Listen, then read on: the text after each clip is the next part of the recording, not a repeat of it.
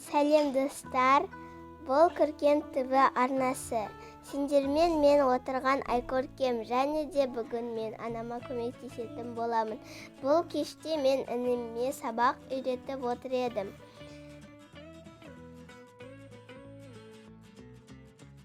Ал бүгін таңертең тұрдым, таңғы кейін дастарханды жинастырып тастадым.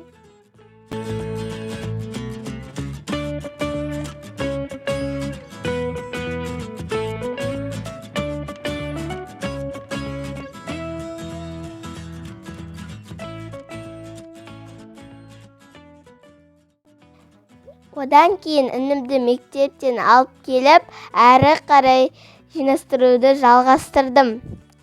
Бірінші үлкен залдан бастадым.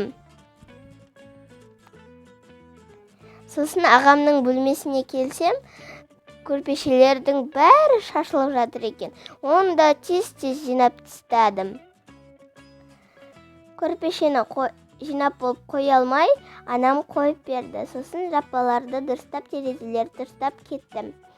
Келесі бөлмеге келсем, інім жатыр екен, шашылып жатыр ол жақта. Мен ол жақты да дүзеулеп кеттім.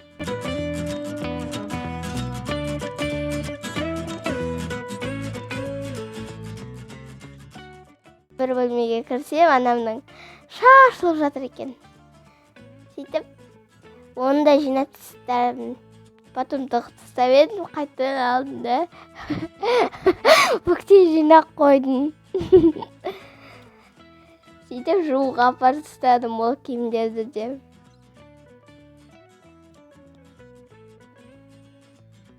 Апарып келдім, аншетте ештеңе тұрмасын деді, сосын жинастырып тастадым, оның бәрін шкафқа тықтым.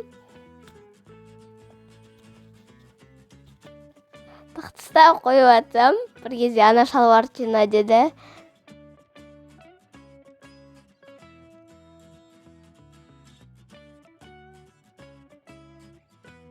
Рауада орындық деді. Оны да бар ұстадым. Сосын тағы да іште кітап тұр ку-ку деп. Оларды да ішіне тығып тастадым шкафтың.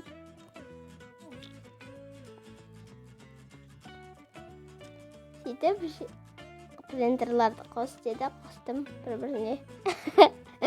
Інім шкафын дұрыста деді, дұрыстадым оны. Ана сүргіні жинап тығып тастады деді, оны да тықтым. Сөйтіп, мен келесі бөлмеге келдім.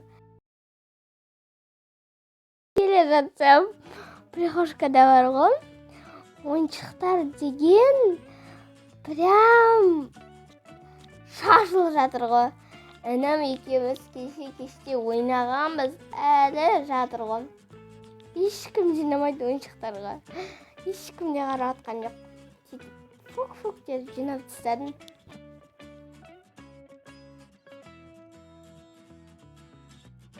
Бірақ онымен үй жинау аяқталмады. Шаң сүрттім, еден жудым. Бірақ олардың бәрін түсіруге мүмкіндік болмады. Достар, бүгін мен сендерге күн сайын анама қалай көмектесетінді көрсеттім. Ал сендер үйде қандай жұмыстар жасайсыңдар? Төменге жазып кетіңдер. Және де видеоны лайк басыңдар, біздің каналға жазылуды ұмытпаңыздар. Мен қалай да болса 2000 оқырманға жетемін.